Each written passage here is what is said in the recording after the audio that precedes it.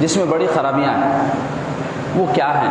وہ بہت ساری ہیں، ہم اپنے اس مختصر سے آدھے گھنٹے 35 منٹ کے وقت میں آپ کے سامنے وہ سب تو بیان نہیں کر سکتے، لیکن بس ضروری باتیں آپ کے سامنے اس حوالے سے بیان کریں گے کہ ہمارے یہاں معاملات میں کیا کیا خرابیاں ہیں، تاکہ اگر ہم سے اس قسم کی کوئی خرابی سرزد ہو رہی ہے تو ہم کو اس سے اجتناب کرنا چاہیے، اور اس کے اندر کیا اصلاح اپنی ہو سکتی ہے وہ کرنے کی طرف توجہ کرنا چاہیے۔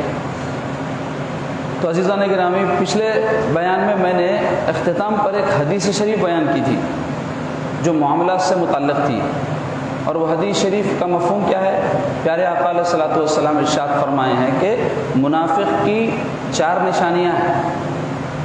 پہلی یہ کہ بات کرے تو جھوٹ بولے، دوسری نشانی یہ ہے کہ وعدہ کرے تو وعدہ خلافی کرے، تیسری نشانی یہ ہے کہ کوئی امانت رکھائے تو اس میں خیانت کر دے، اور چوتھی نشانی یہ ہے کہ جب جھگڑا کرے تو گالی گلوچ پر اتر آئے۔ تو یہ 4 نشانیاں کس کی ہے؟ منافق کی۔ منافق کسے کہتے ہیں؟ ایسا شخص جس کے ظاہر اور باطن میں فرق ہو، اندر کچھ باہر کچھ۔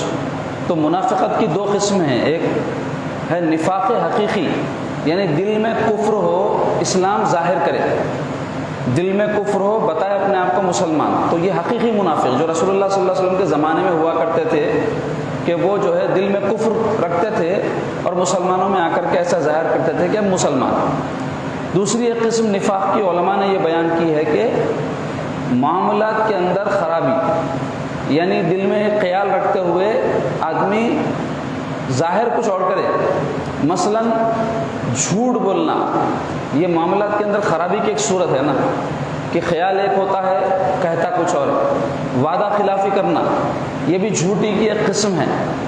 امانت میں خیانت کرنا، یعنی اس کی نیت مال پہ خراب ہوتی ہے، اس وجہ سے وہ دبا لیتا ہے، ظاہر یہ کرتا ہے میں حفاظت کروں گا۔ تو اس طریقے سے منافق کی یہ جو نشانیاں حضور نے حدیث پاک میں بیان فرمائی، یہ عملی منافقت ہے، عمل میں نفاق۔ تو یہ بدترین خصلت ہے نا۔ ایک مسلمان کیا چاہے گا کہ اس کو کوئی منافق کہے یا وہ منافق سمجھا جائے؟ ہرگز نہیں چاہے گا۔ مسلمان اگر ہے تو چاہے گا لوگ اس کو مسلمان جانیں، مسلمان سمجھیں، اور اللہ تعالیٰ کے پاس بھی ایسا ہی مسلمان مطلوب ہے جس کا ظاہر اور باطن ایک ہو، یعنی وہ جھوٹا نہ ہو، وعدہ خلاف نہ ہو، بے ایمان نہ ہو، بددیانت نہ ہو، گھٹیا اخلاق والا نہ ہو۔ تو عزیزان گرامی، معاملات کے اندر خرابی جو ہوتی ہے، علماء کہتے ہیں بنیادی طور پہ اس کی 2 وجہ ہوتی ہیں۔ بڑی اہم بات ہے یہ بات، اگر ذہن نشین رہے تو معاملات کی خرابی میں بہت حد تک آدمی بچ سکتا ہے۔ بنیادی 2 وجوہات ہیں معاملہ خراب ہونے کی۔ ایک ہے کسی معاملے میں ابہام ہو، ابہام یعنی کلیئر نہ ہو، معاملہ صاف نہ ہو۔ کوئی معاہدہ کیا جا رہا ہے لیکن اس کے اندر صاف طور پہ معاہدے کے بارے میں ایک دوسرے کو علم نہیں ہے، جھگڑا ہوتا ہے بعد میں چل کر، میں ایسا بولا تھا تم ایسا بولے تھے۔ تو عموماً جو آپ دیکھیے معاملات کے بعد جھگڑے تو اس کی ایک وجہ یہی بنتی، پتہ ہی نہیں ہوتا کہ یہ معاملے میں ایک دوسرے کے حقوق کیا متعین ہوئے ہیں، وہ مال کی حیثیت کیا ہے، جو لیے دیے ہیں اس کی حیثیت کیا، نہیں پتہ ہوتا، تو جھگڑا ہو جاتا ہے۔ دوسری وجہ کیا ہے؟ بددیانتی۔ بددیانتی میں آگے اس کی سب صورتیں کیا کیا ہیں میں بیان کروں گا۔ تو پہلی چیز کیا ہے؟ معاملے میں ابہام۔ اس لیے شریعت نے اس کو رفع کرنے کے لیے، اس کو اٹھانے کے لیے ایسی صورت نہ پیدا ہو کہ جس میں ابہام کی وجہ سے جھگڑا ہو، حکم دیا ہے 2 باتوں کا۔ ایک یہ کہ معاملہ جب بھی کرو تو صاف بات کرو۔ قرآن میں اللہ تعالیٰ کیا فرمانا ہے؟ یا ایھا الذین آمنوا اتقوا اللہ، اے ایمان والو اللہ سے ڈرو۔ اور اکثر جگہ قرآن مجید میں جہاں بھی معاملات کا ذکر آیا ہے تو وہاں تقوی کا ضرور ذکر آیا ہے، اللہ سے ڈرنے کا، کیونکہ معاملات کی درستگی صرف اللہ کے خوف ہی کی وجہ سے ہو سکتی ہے، ورنہ تو کوئی کسی کو ڈبا لے، کسی کو دھوکہ دے دے، کسی کے ساتھ کچھ ہڑپ لے تو اس کو خوف کیا ہے؟ کچھ بھی نہیں ہے۔ اگر قانون کا خوف ہے بھی تو آدمی رشوت دے کے، بے ایمانی کر کے اپنے سزا سے بچ سکتا۔ معاملات کی درستگی کی بنیاد ہے تقوی، اللہ سے ڈرنا کہ اگر میں یہاں کچھ غلط کروں گا، کسی کے ساتھ بے ایمانی کروں گا، دھوکے بازی کروں گا، بددیانتی کروں گا، کل کے دن اللہ کے سامنے حاضر ہونا ہے، اس کے سامنے مجھے جواب دینا ہے، حساب کتاب ہوگا۔ تو یہ اعتقاد اس کا اگر درست ہوگا تو کیا ہوگا؟ وہ بدمعاملگی نہیں کرے گا، دھوکے بازی، جھوٹ، لوٹ کسوٹ یا جو بھی بے ایمانی ہوتی ہے اس سے بچے گا۔ اس لیے اکثر مقامات پر اللہ تعالیٰ جہاں معاملات کا ذکر کیے ہیں وہاں کیا فرمائے؟ اتقوا اللہ، اللہ سے ڈر کر یہ کام مت کرو، اس سے بچو۔ تو ارشاد ہو رہا ہے یا ایھا الذین آمنوا اتقوا اللہ، ایمان والو اللہ سے ڈرو، وقولوا قولا سدیدا، اور کہو سیدھی سیدھی بات، یعنی بات جب کرو کھری بات کرو، ابہام نہ ہو کسی قسم کا، گول مٹول باتیں، لوگوں کو بہکانے والی باتیں، چکر میں لینے والی باتیں اور مجہول قسم کی گفتگو نہ کرو، صاف بات کرو، یہ معاملہ ہے، ایسے دیں گے، ایسے لیں گے، ایسے ہوگا، ویسے ہوگا۔ آپ دیکھیں کئی معاملات میں ہم دیکھتے ہیں کہ جیسے میں بھی ذکر کیا، لوگ جب جھگڑتے ہیں تو اس وقت کہتے ہیں کہ بھائی ایسا نہیں بولے تھے، اب ایسا بولے تھے، ایسا نہیں بولے تھے، ویسا بولے تھے۔ کیوں؟ وہاں قول صدیر نہیں ہوتا، اس وجہ سے اختلاف ہوتا، یا سامنے والے کے سمجھنے میں غلطی ہوتی ہے، تو وہ بھی صورت کو رفع کرنے کے لیے شریعت نے اس سے زیادہ ایک مضبوط حکم دیا۔ پہلا حکم تو کیا ہے؟ بات سیدھی ہو، کلیئر ہو، جو بھی آپ معاہدہ کر رہے ہیں ایک دوسرے کے انڈرسٹینڈنگ ہو، اس میں آپ جو چاہ رہے ہیں وہ سامنے والا سمجھے، وہ جو کہہ رہا ہے آپ سمجھیں، اس بات کا اہتمام ہو۔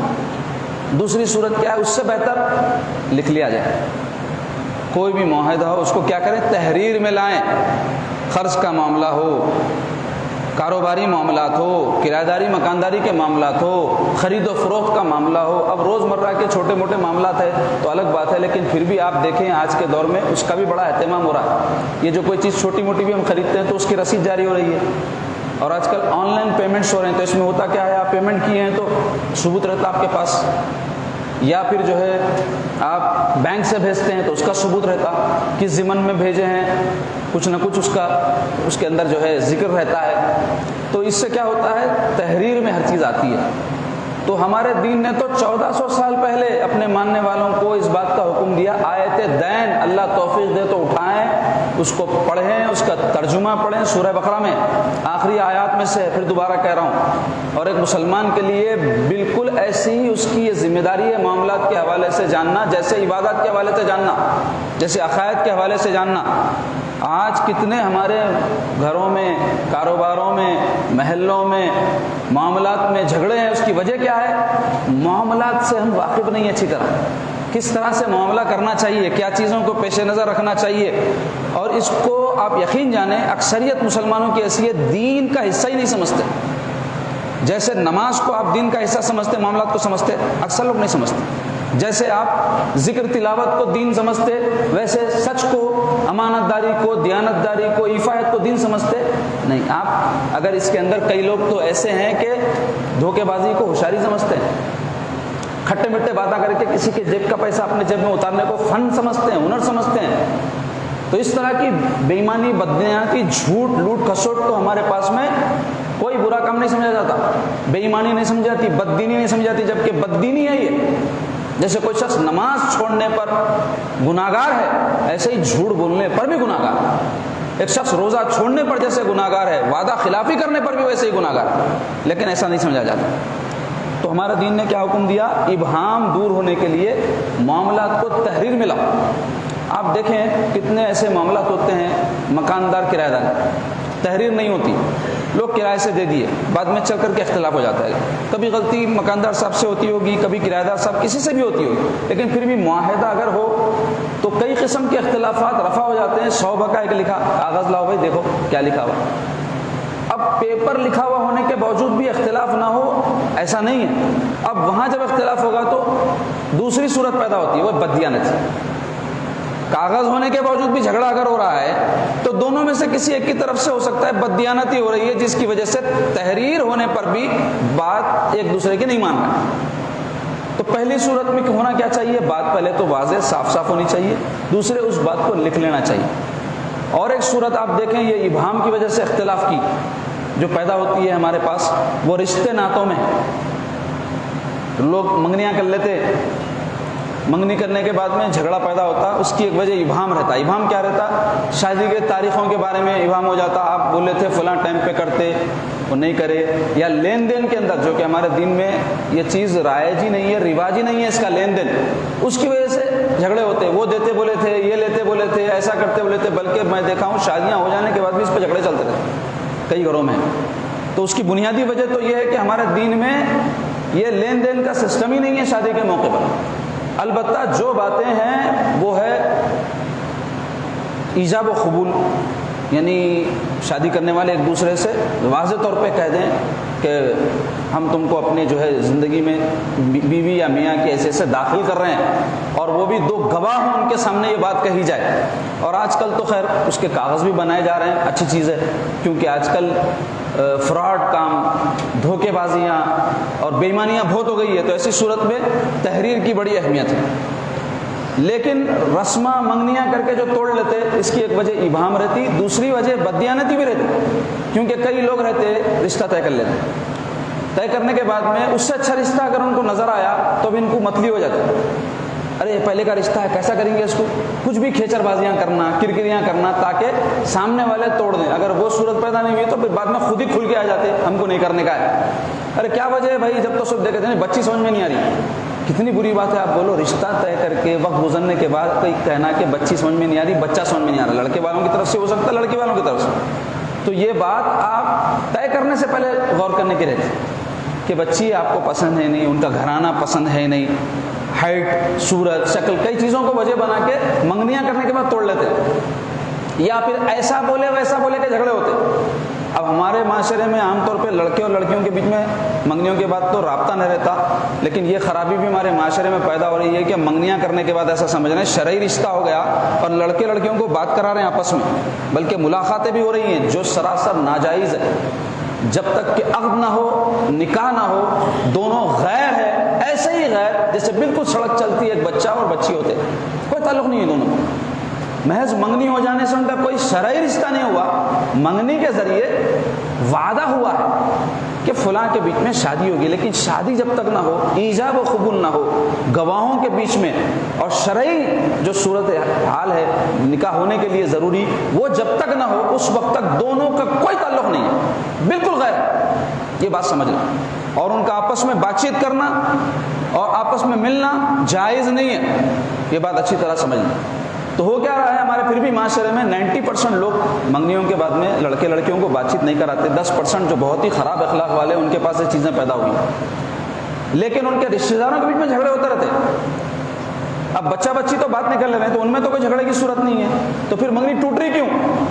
کبھی لڑکے کے والد کی طرف سے کوئی بات ہو جاتی، کبھی لڑکی کی والدہ کی طرف سے ہو جاتی، کبھی خالہ پھپھو، کبھی ماموں، کبھی بیچ والے، کچھ بھی ایسے بددیانتی کر کے یا ابہام جس میں ہوتا ہے وہ معاملے کی وجہ سے منگنیاں ٹوٹ جاتی۔ تو ایسا کرنا وعدہ توڑنا ہے، اور وعدہ توڑنے کا گناہ ہوگا اگر کوئی جانتے بوجھتے کوئی منگنی توڑ رہا۔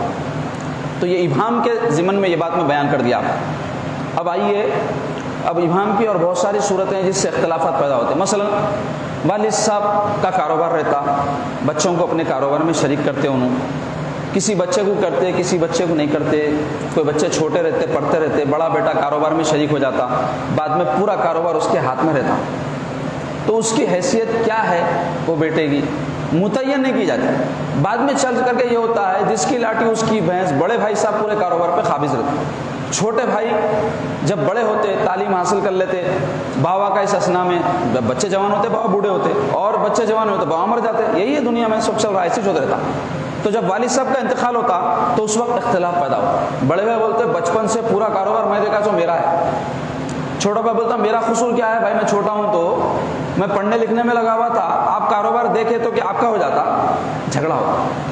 تو اس لیے جھگڑا ہوا یہاں ابہام ہے، وہ جو بیٹا کاروبار میں شامل تھا اس کی حیثیت کیا ہے نہیں بتائی گئی، یا کاروبار کے اندر کون کون شریک رہیں گے، کیا ترکہ جب بٹے گا تو کاروبار بھی اس میں شامل رہے گا، یہ سب نہیں معلوم تھا۔ باوا جمائیں پراپرٹیاں بنائیں مر گئے، کوئی چیز متعین ہی نہیں کرے، ابہام رکھ کے چلے گئے۔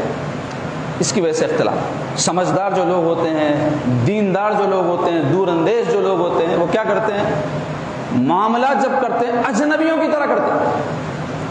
سگے بھائی سے بھی جب کوئی معاملہ کرو تو رکھتے ہیں کہ اس پیسے میں آپ کو کچھ واپس چاہیے، قرض ہے، کیا حیثیت ہے اس کی، نہیں پوچھتے، دیے ڈال لو۔ بعد میں چل کے وہ بھائی صاحب بولتے میں جو دیا تھا نہیں کاروبار میں دیا تھا آپ کو، اور تو بولے گے کیوں نہیں بھائی جب آپ تو نہیں بولتے پوچھے گے کیوں نہیں آپ۔ تو ایسی صورت کیوں پیدا ہوئی؟ اس واسطے کہ لین دین کے وقت اس بات کا خیال نہیں رکھا گیا کہ یہ لین دین کی حیثیت کیا ہے۔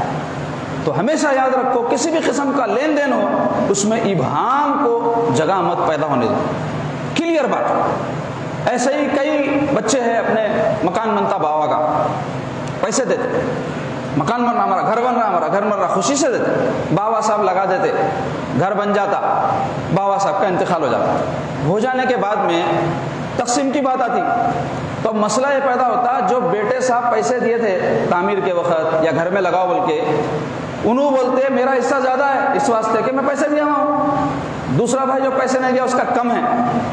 تو یہ صورتحال کیوں پیدا ہوئی؟ باوا صاحب بچے سے پیسے لیے وقت پوچھے نہیں کہ میاں جو پیسے دے رہے ہیں آپ میرے کو تحفہ دے رہے ہیں، میں جو چاہے کر لوں، باپ سمجھ کے دے رہے ہیں کیا؟ یا پھر یہ جو پیسہ دے رہے ہیں آپ گھر میں لگا رہے ہیں نا، تو آپ انویسٹمنٹ کر رہے ہیں کیا؟ یا پھر اس کی حیثیت خرچ کی ہے کیا کہ میرے کو واپس لوٹانا پڑے گا جب تقسیم ہوں گی تو آپ خرچ کے طور پہ واپس اس کو لیں گے کیا؟ نہیں پوچھتے، انجان مار کے چلے جاتے، بعد میں چل کر کے بچے جانوروں کی طرح لڑ لیتے۔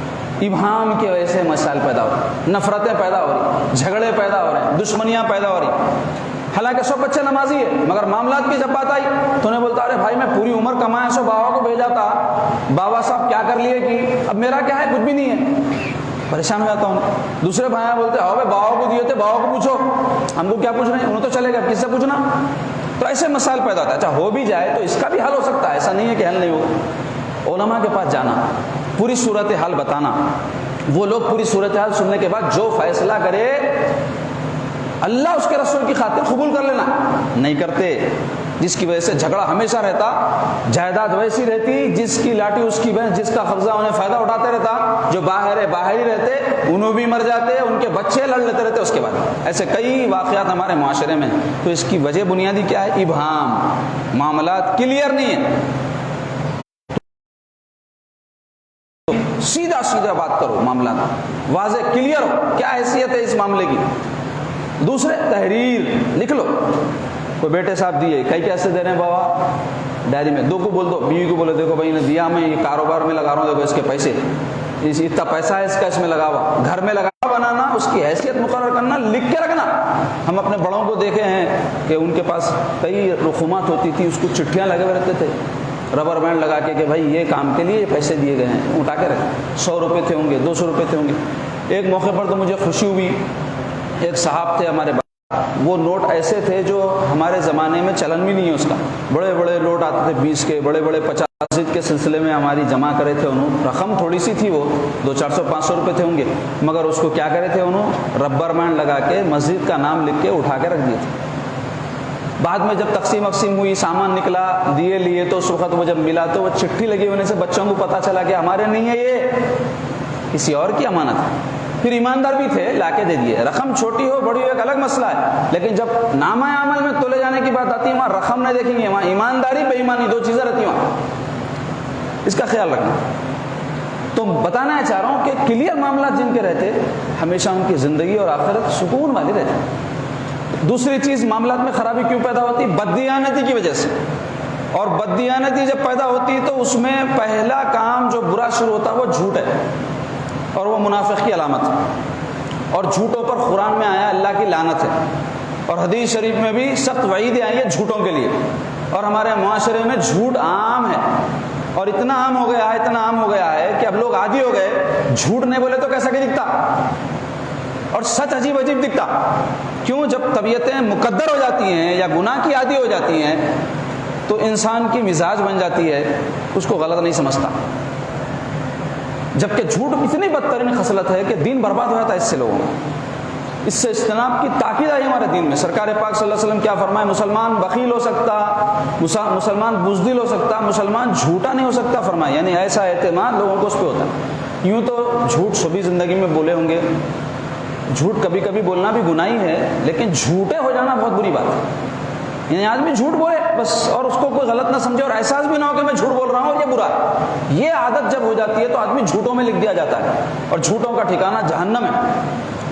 ویسے تو مسلمانوں میں ہر کوئی جھوٹ بولتا ہی ہوگا، بولا ہے تو توبہ کرنا چاہیے، اور اس کے جھوٹ سے اگر کسی کو نقصان ہوا ہے تو اس کی تلافی کرنی چاہیے، لیکن بعض طبقے مسلمانوں میں ایسے ہیں جو بہت جھوٹ بولتے ہیں، یعنی ان میں اکثریت جھوٹوں کی ہے۔ اس میں ایک طبقہ ہے تاجروں کا، بزنس مین لوگ، اور یہ میں کسی طبقے پر الزام لگا نہیں رہا ہوں، بلکہ آپ خود زندگی میں تجربہ کرتے ہیں اس کا. اگر کوئی تاجر ہے تو وہ خود گزرا بھی ہوگا, کئی موقعوں پر وہ جھوٹ بولتا ہی رہتا ہے روزانہ کاروبار میں.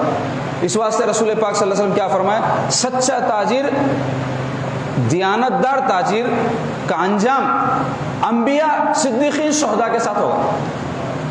تاجر کون ہے بھائی؟ کاروباری آدمی ہے جو اپنے روزی روٹی کے لیے تجارت کر رہا. انہیں صدیقوں کے ساتھ, شہداء کے ساتھ, انبیاء کے ساتھ تجارت کر کے, جبکہ تجارت یا نہیں تو مزدوری یا نہیں تو نوکری کچھ کرنا ہی ہے پیٹ پالنے, تو انہیں تجارت کر کے کیا کر رہا؟ اپنے ضروریات زندگی پوری کر رہا. مگر معاملہ کن لوگوں کے ساتھ ہو رہا؟ صدیقین, شہداء, صالحین, انبیاء کے ساتھ. کیوں ہو رہا؟ کاروبار میں سچ بولنے کی وجہ سے. جبکہ کاروبار میں سچ بولنا ذرا مشکل ہوتا ہے, کیونکہ کاروباری لوگوں کو کئی مسائل درپیش رہتے ہیں. کبھی کیا ہوتا, رقم رہتی نہیں, دینا رہتا کسی کو, اب انہیں آ کے جان پہ ٹھہر جاتا, چکر دینا رہتا, جھوٹ بول دیتے. یا اپنا مال بیچنا رہتا, سچ سچ بولے تو بکتا نہیں, تو اس واسطے جھوٹ بول دیتے. تو ایسا ہوتے ہوتے عادی ہو جاتے جھوٹ کے. لیکن اگر کوئی سچ بولنے کا عادی ہے تجارت میں تو اس کے لیے بشارت ہے. اور حضور فرمائے تجار فساق ہے, فرمائے حدیث میں, حدیث شریف میں. تجار بولتے تاجرین, فساق بولے تو گناہگار, سوائے ان لوگوں کے جو سچے اور امانت دار ہے, فرمائے. یعنی بنیادی طور پہ تجارت پیشہ آدمی کے لیے اس بات کا قوی امکان رہتا ہے کہ وہ فاسق ہو جائے. فاسق کسے کہتے ہیں؟ جھوٹا, بے ایمان, بددیانت, وعدہ خلاف کو بولتے, گناہگار آدمی. لیکن جو امانت دار ہے اور سچا ہے وہ ایسا نہیں ہے, فرما رہے سرکار پاک صلی اللہ علیہ وسلم. تو ایک طبقہ تو یہ ہے تجار کا, اور جو تاجر جھوٹ سے بچے اس کے لیے بشارت ہیں. دوسرا طبقہ ہے سیاست دانوں کا جو بہت جھوٹ بولتے ہیں. اس کا تجربہ آپ میں, ہم میں ہر ایک کو ہوتا ہے. لیڈراں کیسے کیسے باتیں کرتے, 100 ایسے رہتے ہیں, ان کے بارے میں نہیں بولوں گا میں, لیکن اکثریت تو رہتی بولوں گا. جھوٹ بولتے ہیں, وعدہ خلافی کرتے ہیں, ہتھیلی پہ جنت دکھاتے, کیا کیا ہوتا ہے یہ سب آپ ہم جانتے ہیں. اور تیسرا ایک طبقہ ہے جھوٹے عملیات کرنے والوں. ہمارے بہت سے لوگ ان کے بڑے معتقد رہتے. قرآن میں جو بات آئی اس پہ اتنا یقین نہ رہتا, حدیث میں جو بات بیان ہوئی انکار اگر کرے تو کافر ہو جاتے, لیکن یقین جیسا ہونا ہے ویسا نہ رہتا. لیکن یہ جھوٹے عاملوں کے بڑے انہوں معتقد رہتے. انہوں بول دیے, جادو کرا دیے, پتھر کی لکیر, اس کی وجہ سے نفرت کسی سے بھی. انہیں جو بولا یقینی بات ہے, انہوں بولا جادو کرائے, انہوں کرائے, میرا بھائی جادو کرائے, میری بہن جادو کرائی, میری فلاں جادو کرائی, الاں جادو کرائی, یقین کر لیتے. یا انہوں بول دیے کہ تمہارے کو ایسا کرنا ہے, کوئی عالم بول رہا کہ یہ حلال ہے, یہ حرام ہے, ایسا کرو, نہیں مانیں گے اس کی بات, مانتے. نہ صرف مانتے بلکہ لاکھوں روپیہ ان پہ خرچ کرتے. کوئی سچ بولنے والوں کے اوپر یا سچ جھوٹ سے اس کا تعلق نہیں ہے, لیکن جن پر خرچ کرنا ہے, والدین ہیں, پڑوسی ہے, رشتہ دار ہے, نیک لوگ ہیں, دین کی کوئی خدمت میں خرچ کرنا ہے, یا کوئی دین کے خدمت گزاروں پہ خرچ کرنا ہے, مستحقین پہ خرچ کرنا ہے, نہیں کرتے. چمتکار کی چکر میں, تقدیر بدلنے کے چکر میں, اور جو ہے فوری کچھ بھی کام بن جانے کے چکر میں لاکھوں روپیہ لے جا کے ان کے پاس ڈالتے اور ان کی بات پہ اعتماد کرتے, جبکہ ان میں اکثر جھوٹے رہتے. اور بھی بعض طبقے ہیں جیسے ٹریول ایجنٹاں ہیں, ان کے بارے میں بھی آپ سنتے ہیں, بہت جھوٹ بولتے. تو یہ سب اکثریت ہر طبقے میں کیوں نہیں بولتے؟ تو ہم میں اکثر جھوٹ بول رہے ہیں. اس واسطے کوئی نہ کوئی طبقے سے تو ہم وابستہ ہے ہی, یا تو تاجر ہے کوئی, یا کوئی کچھ کرتا ہے, یا کچھ کرتا ہے, یا کچھ کرتا ہے. اس واسطے ہم میں اکثر جھوٹے ہونے سے ہر طبقے میں اکثریت جھوٹوں کی ہو جائے.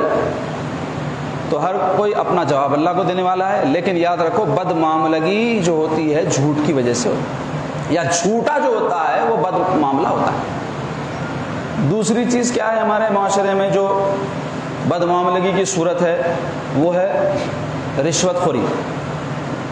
اس میں ہمارا ملک تو ٹاپ 10 میں ہے رشوت خوری میں.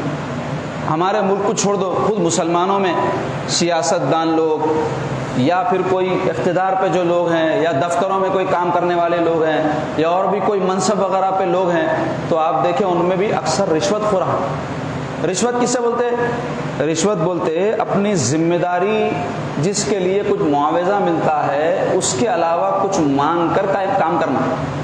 مثلا کوئی آدمی دفتر میں کام کر رہا تو اس کام کے لیے اس کو تنخواہ ملتی ہے نا. مثلا کوئی آدمی دفتر میں کمپیوٹر پہ بیٹھا ہوا ہے انٹری کرنے کے لیے, تو اس کو مہینے کو تنخواہ مقرر رہتی ہے, 10,000 5,000 جو بھی ہوگی. تو اب وہ تنخواہ اس کام کی مل رہی ہے اس کو, اب انہیں وہ کام روک دے رہا کسی کا اور نہیں کر رہا, اور یہ ڈیمانڈ کر رہا کہ تم اتنے پیسے مجھے دیے تو تمہارا وہ کام کرتا ہوں. یہ ہو گئی رشوت. اب پھر اس میں بھی علماء بولے ہیں کہ اس کی دو صورتیں. ایک صورت تو یہ ہے کہ کسی کا حق مارنے کے لیے باطل طور پہ کسی کو رشوت دینا، تو یہ دینا اور لینا دونوں حرام ہے. البتہ کسی کا حق تو نہیں مار رہے ہیں، لیکن مجبوری یہ ہے کہ معاشرے میں رشوت عام ہے اور رشوت دیے بغیر کام بنتا نہیں ہے. مثلا آپ کا ایک کام ہے اور آپ جس سے کام لینا چاہتے ہیں، سرکاری کوئی آفیسر ہے اور وہ ڈیمانڈ کر رہا ہے کہ تم اتنے دو گے تو تمہارا کام کروں گا، نہیں تو میں پیچھے ڈال دوں گا یا تم کو ستاؤں گا. تو اس میں کسی کا حق آپ نہیں مار رہے ہیں، اپنا کام بنانے کے لیے اس کو آپ کو رشوت دینا پڑ رہا ہے اور آپ مجبور ہیں، نہ دے تو کام نہیں بنے گا، جس سے آپ کا بہت نقصان ہوگا. تو ایسی صورت میں تحت مجبوری آپ اگر اس کو کچھ دے رہے ہیں تو اس کی اجازت ہے. جائز نہیں ہے، یہ پسندیدہ بھی نہیں ہے، لیکن گناہگار نہیں ہوں گے آپ، کیونکہ آپ مجبور ہیں اور وہ مجبور نہیں ہے، وہ رشوت کھا رہا ہے، وہ گناہگار. اور رشوت کے کئی ایسے معاملات ہوتے ہیں، بعض لوگ دلالی کرتے ہیں بیچ میں.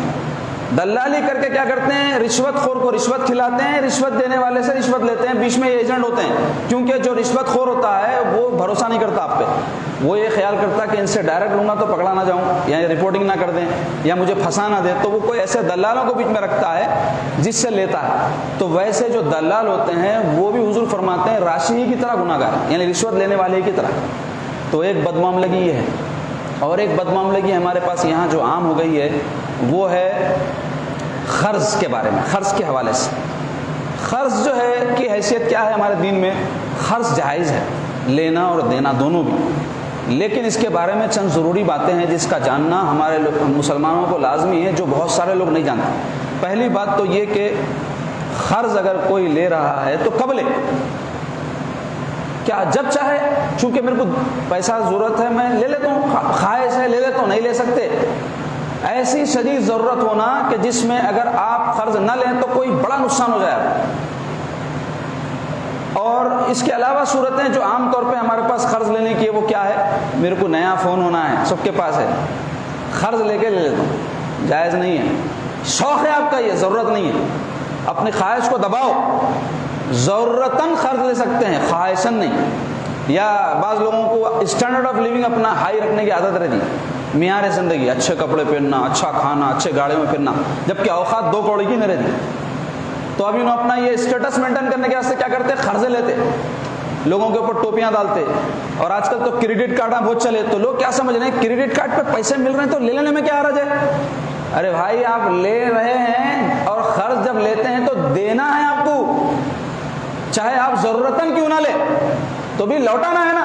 تو غیر ضروری جب آپ لے رہے ہیں تو آپ کو لوٹانا تو ہے، تو کیوں پریشان ہونا چاہ رہے ہیں؟ جب لوٹانا ہے تو دیکھنا یہ کہ ہم کہاں سے لوٹائیں گے، دینے سے پہلے لوٹانے کے اسباب کیا ہے آپ کے پاس. تو کئی لوگ ایسے ہیں سب نہیں سوچتے، دال عبداللہ گڑ تھیلے میں لے لو دیکھیں گے بعد میں، تو آسمان سے ٹپکتے کیا؟ رسول پاک صلی اللہ علیہ وسلم قرض لینے سے منع فرمائے. حدیث شریف میں ہے قرض رات کی نیند اور دن کا چین اڑا دیتا. کیسی پیاری بات میں نے سرکار فرمائے. یوں تو بہت سارے اور مسائل ہیں اس کے. اور کیا مسائل ہے؟ قرض جوتے کھلاتا ہے، قرض بے عزت کراتا ہے، قرض نالا کر دیتا آپ کو، قرض آپ کی معاشرے میں حیثیت 0 بلکہ مائنس میں لے کے چلے جاتا. یہ سب چیزیں جس کے اوپر قرض ہے، جو مقروض ہے ان کو معلوم ہے، لیکن کئی لوگ کیا ہے اس میں ماہر رہتے، بے غیرت رہتے، ان کو معلوم رہتا اس کے بعد یہ ہوتا ہے، اس کے بعد یہ ہوتا ہے، اس کے بعد یہ سب سے گزرا ہوا ہوں، ہوتے رہیں تو اپنے کام چلتے رہتے.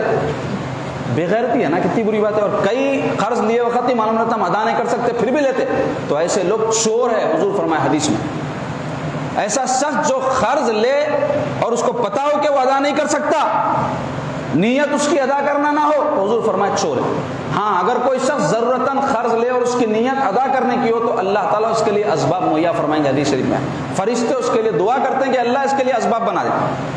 اور آپ جان لیں کہ قرض کتنی جو ہے اہم بات ہے جس کو ہمارے معاشرے میں لائٹ لیا جاتا ہے. حضور فرماتے ہیں کہ شہید جو ہوتا ہے اس کے تمام گناہ معاف ہو جاتے ہیں سوائے قرض کے. حدیث شریف میں جب کوئی شخص شہید ہوتا ہے تو اس کے خون کا پہلا خطرہ زمین پہ گرنے سے پہلے اس کے 100 گناہ معاف ہو جاتے ہیں، لیکن اس کا قرض معاف نہیں ہوتا. فرمایا یعنی اس کی وجہ سے وہ ابھی جنت میں نہیں جائے گا، یا تو کوئی ذمہ داری لے لے یا کوئی ذریعے سے اس کا قرض ادا ہو جائے. اور آپ کو جان کر حیرت ہوگی کہ حضور علیہ الصلوۃ والسلام جب کسی کی نماز جنازہ پڑھانے کے لیے تشریف لاتے تو پلٹ کر پوچھتے کیا اس شخص پر کوئی قرض تھا؟ اگر صحابہ میں کہتے ہیں ہاں یا رسول اللہ اس پر خرچ تھا تو حضور فرماتے تم اس کی نماز پڑھ لو. حضور نماز نہیں پڑھاتا. اس سے بڑھ کر کیا بدبختی ہوگی کسی شخص کے لیے کہ اگر وہ حضور کے زمانے میں ہوتا اور اس پر خرچ ہوتا تو حضور اس کی نماز نہ پڑھاتے. بدبختی نہیں ہے. کیوں نہیں پڑھاتے؟ اس واسطے کہ حضور جس کی نماز پڑھائیں اس کی بخشش ہو جائے گی, اور جس پر قرض ہے حضور اس کی نماز اس لیے نہیں پڑھا رہے کہ اس کی بخشش نہیں ہوگی, بخشا نہیں جائے گا. کتنے ہیں ایسے کاروبار میں تو طبیعتوں کو بنا لیے ہیں.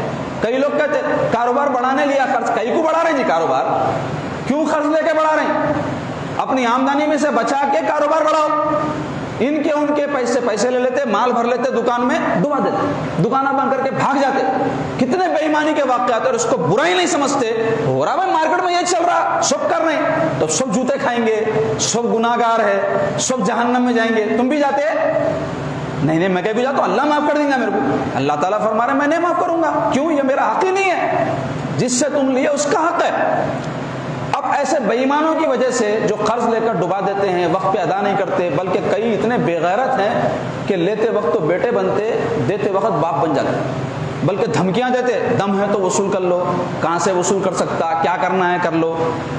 یاد رکھو ضرورتاً قرض لینے کی شریعت میں اجازت ہے, لیکن وہ بھی غیر سودی. اس میں اور ایک بھی تماشا ہے, ہم مجبور ہیں لہذا سود بھی ہم پہ حرام تھا تو کیا ہوا, حلال ہو گیا, بلکہ سود پہ قرض لے رہے.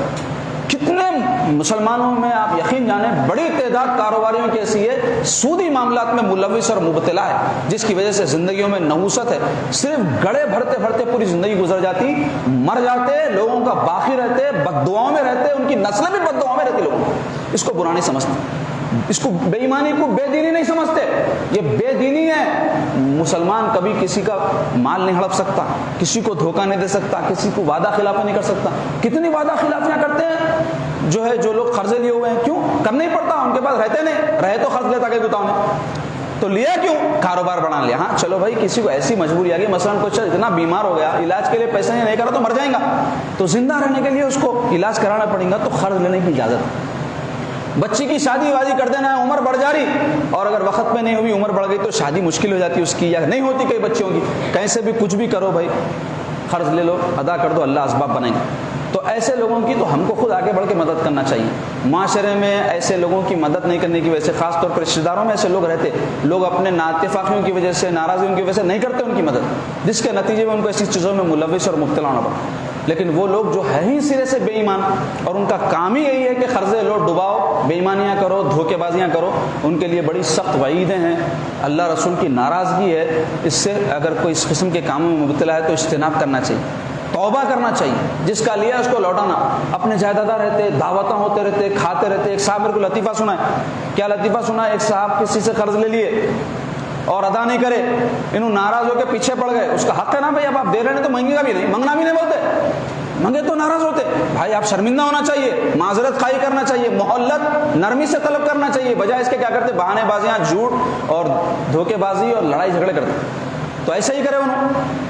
اب یہ جس کو ضرورت تھی وہ نہیں, مجبور تھا بیچارہ, تنگ ہو کے پیچھے پڑ گیا, تو فون کرے بھی تو نہیں اٹھائے. تو ایک مرتبہ نمبر بدل کے کرتے نا, نہیں منگے تو یہ تو سب کو معلوم ہے.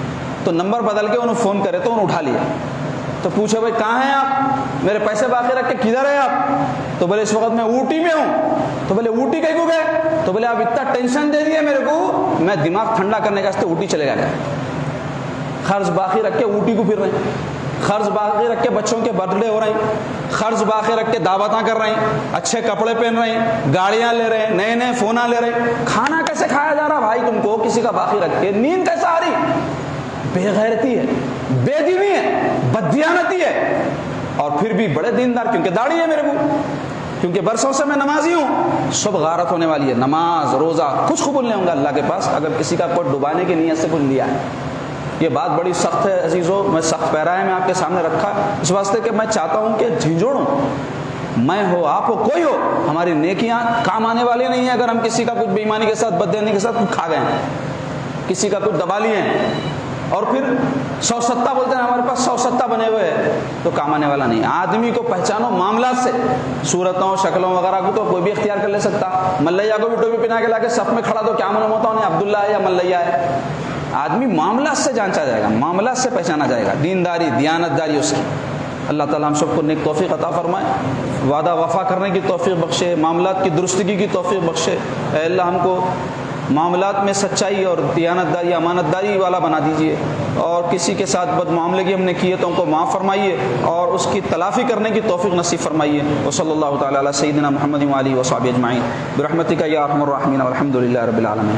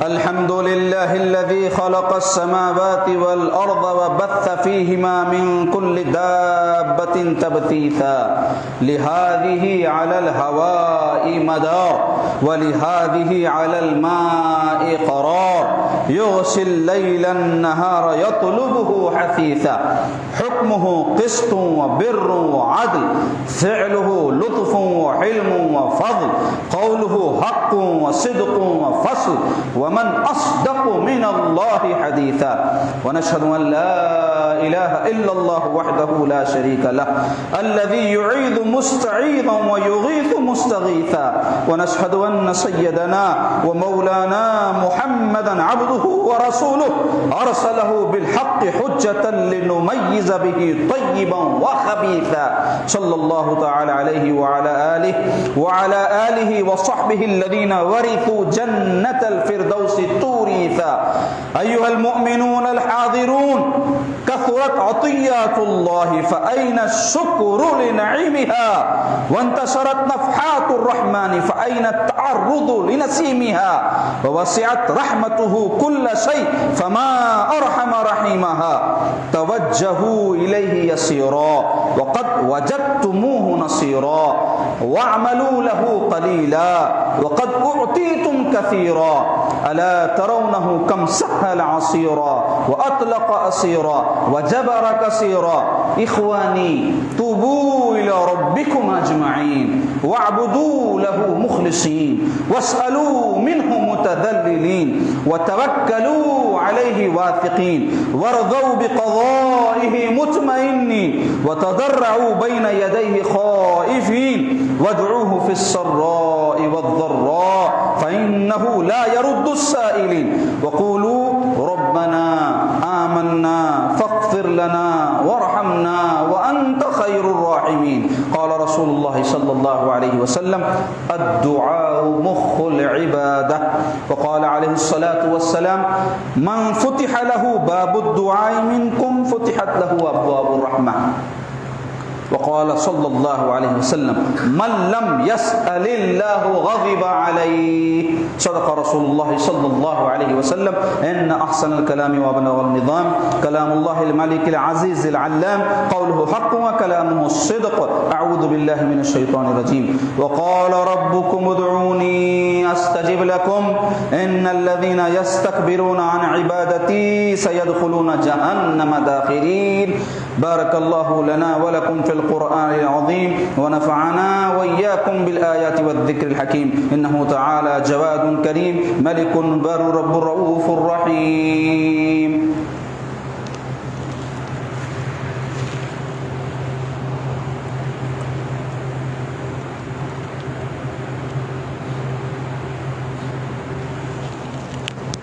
الحمد لله حمدا كثيرا كما أمر. أشهد أن لا إله إلا الله وحده لا شريك له إرغاما لمن جحد به وكفر. وأشهد أن سيدنا ونبينا ومولانا محمدا عبده ورسوله سيد الخلائق والبشر. اللهم صل وسلم وبارك على سيدنا محمد وعلى آله وصحبه المصابيح الغرر. أما بعد عباد الله فاتقوا الله من سمع اللغو وفضول الخبر. قال الله تعالى إن الله وملائكته يصلون على النبي يا أيها الذين آمنوا صلوا عليه وسلموا تسليما. اللهم صل على سيدنا محمد بعدد من صلى وصام، وصل على سيدنا محمد بعدد من قعد وقام، وصل عليه على جميع الأنبياء والمرسلين والملائكة المقربين وعلى عباد الله الصالحين، خصوصا منهم على خير البشر بعد الأنبياء بالتحقيق أمير المؤمنين سيدنا أبي بكر الصديق رضي الله تعالى عنه، وعلى الزاهد الأواب أمير المؤمنين سيدنا عمر بن الخطاب رضي الله تعالى عنه، وعلى جامع القرآن أمير المؤمنين سيدنا عثمان بن عفان رضي الله تعالى عنه، وعلى أسد الله الغالب أمير المؤمنين سيدنا علي بن أبي طالب كرم الله وجهه ورضي الله تعالى عنه، وعلى ولده السعيدين الشهيدين أبي محمد الحسن وأبي عبد الله الحسين رضي الله تعالى عنهما، وعلى أمهما سيدتنا فاطمة الزهراء رضي الله تعالى عنها، وعلى عمه المعظمين عند الله والناس أبي عمارة حمزة وأبي الفضل العباس رضي الله تعالى عنهما، وعلى تمام العشرة المبشرة، وعلى بقية الصحابة والتابعين وتبع التابعين رضوان الله تعالى عليهم أجمعين. اللهم أعز الإسلام والمسلمين وأذل الكفرة والمشركين. اللهم اصلح أمة محمد صلى الله عليه وسلم. اللهم اغفر لأمة محمد صلى الله عليه وسلم. اللهم ارحم أمة محمد صلى الله عليه وسلم رحمة عامة. اللهم اغفر للمؤمنين والمؤمنات والمسلمين والمسلمات الأحياء منهم والأموات إنك سميع قريب مجيب الدعوات. عباد الله إن الله يأمر بالعدل والإحسان وإيتاء ذي القربى وينهى عن الفحشاء والمنكر والبغي يعظكم لعلكم تذكرون. واذكروا الله يذكركم وادعوه يستجب لكم ولذكر الله تعالى أعلى وأولى وأعز وأجل وأهم وأتم وأكبر.